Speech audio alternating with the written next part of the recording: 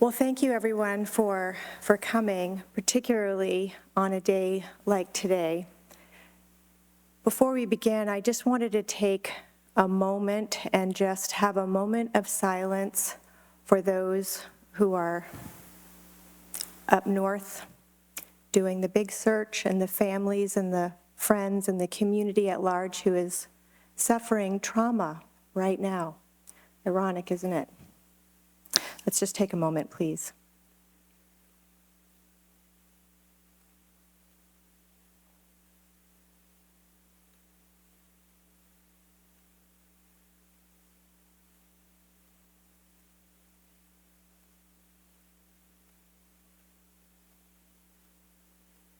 Thank you.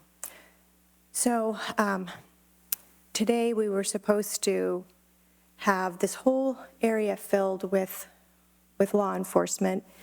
And boy, we were really struggling yesterday about whether or not to even do this.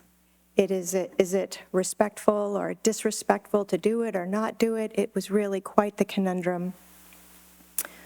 But we felt like doing this was the most respectful thing that we could do, our greatest act of love and support for our community, to be able to still do this and record it and share it with our community and communities beyond our community. So it's with great respect and love that we begin today. Jonathan Sahrbeck is going to start us off, and then we'll have Steve and Karen and Celia and Jennifer as our speakers today. So with further ado, Jonathan. Catherine, I just want to say thank you to you for putting this together. I think not just the planning that went into it, but also the decision to be here today. I know it wasn't an easy one, but I think it was the right one, and I just want to say thank you for that. My name is Jonathan Sahrbeck. I was a district attorney here in Cumberland County from 2019 to 2022, but before that I was a longtime prosecutor between the years of 2007 until 2022, starting my career out in Massachusetts and then moving back to Maine in 2012.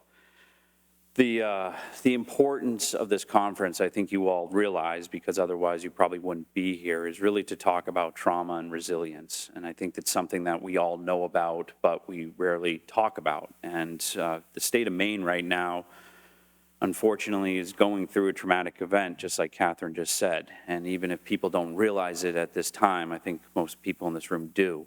It's something that does have long-lasting effects. Trauma is one of those things that people don't think about, but it does affect them, even if they don't realize it at the time.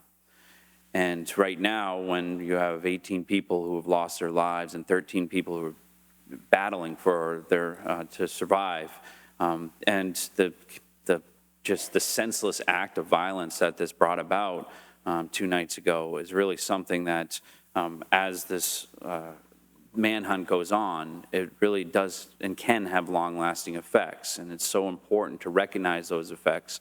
Otherwise, it really can be detrimental.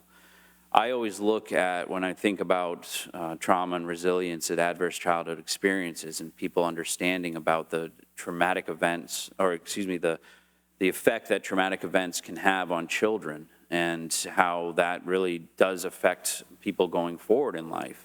If you look at the criminal justice system and people with substance use disorder, there's been studies out of New Hampshire that show that 70% of people who are incarcerated, or 72% of people who are involved in the treatment court, have an ACEs score of 4 or higher. For people who aren't familiar with adverse childhood experiences and the sort of the scale which that is measured, please educate yourself. Take the time. It's worth it, because the scale goes up 1 through 10. And I have friends who are in recovery who have a score of 8 or 9, but it's really the score for 70% of people in the criminal justice system is 4 4 or higher. And it really goes to show you that what sustained trauma does to children really can have a lasting effect. And that's not just to say, though, traumatic events on children. Traumatic events can happen to adults, especially law enforcement. I have friends who were first responders a couple nights ago, and from speaking to them, I know that some of the things that they saw are going to stay with them for a long time, and they realize it too. And they're going to take steps to really try to make sure that whatever they saw, whatever they see on a daily basis, is something that they're going to have to think about and really address and have that resilience, because it's just that important.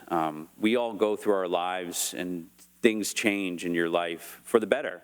But that change can really have an effect on you, that when you see something, when something happens to you, that it's seen through a different light. I think about myself. I have a 7-year-old son. Now, 10 years ago, something happening to a child might not have the same effect on me that it does today, because I'm now a father. And I think that for all of us going through our life, we think, hey, I'm at this age, no matter what I see, it's not going to have an effect on me. Well, it probably will.